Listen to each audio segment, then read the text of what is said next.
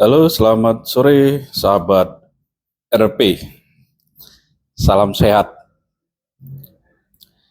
Di sore hari ini kita akan sedikit membahas tentang istilah dalam hukum pidana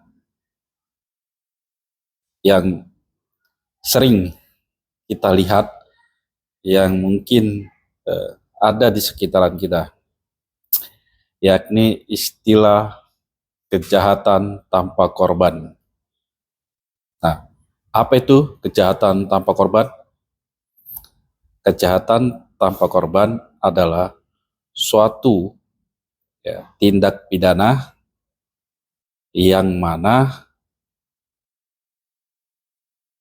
pelakunya ada tapi tidak ada korbannya secara langsung, ya.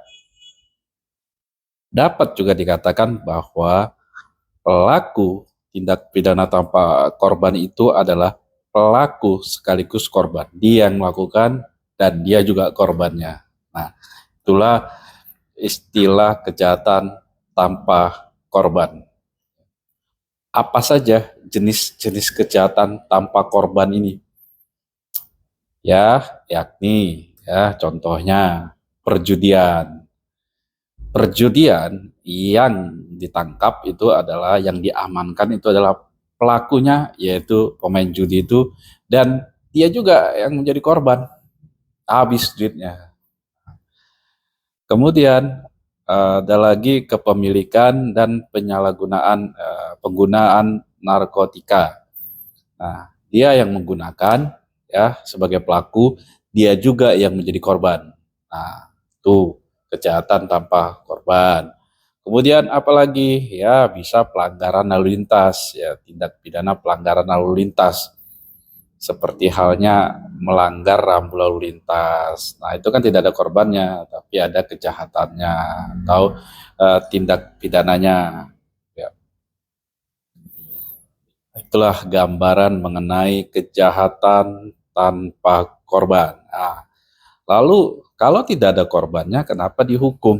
Nah, kenapa diganjar hukuman baik denda maupun kurungan? Jadi yang menyebabkan perbuatan tersebut harus ditindak, yakni efek dari perbuatan tersebut. Contoh perjudian, memang bermain judi, uang duit dia pelaku, dia punya uang, dia berjudi.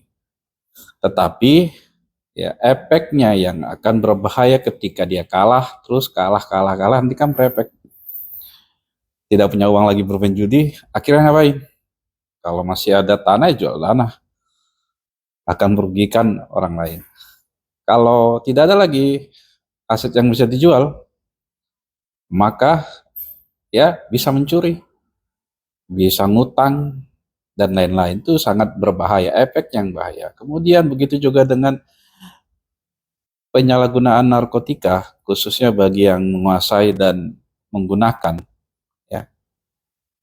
Kenapa ini harus ditindak? Karena efek dari penggunaan narkotika itu yang berbahaya, baik diri sendiri maupun bagi orang lain. Seperti tadi berjudi.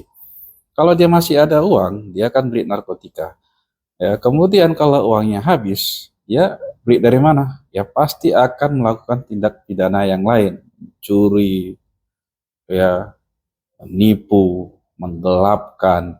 Nah, itu yang berbahaya. Sehingga walaupun kejahatan ini tanpa korban, tetapi harus diamankan, dihukum, didenda, diberi pidana kurungan atau penjara, di penjara. Itu gambaran singkat tentang kejahatan tanpa korban.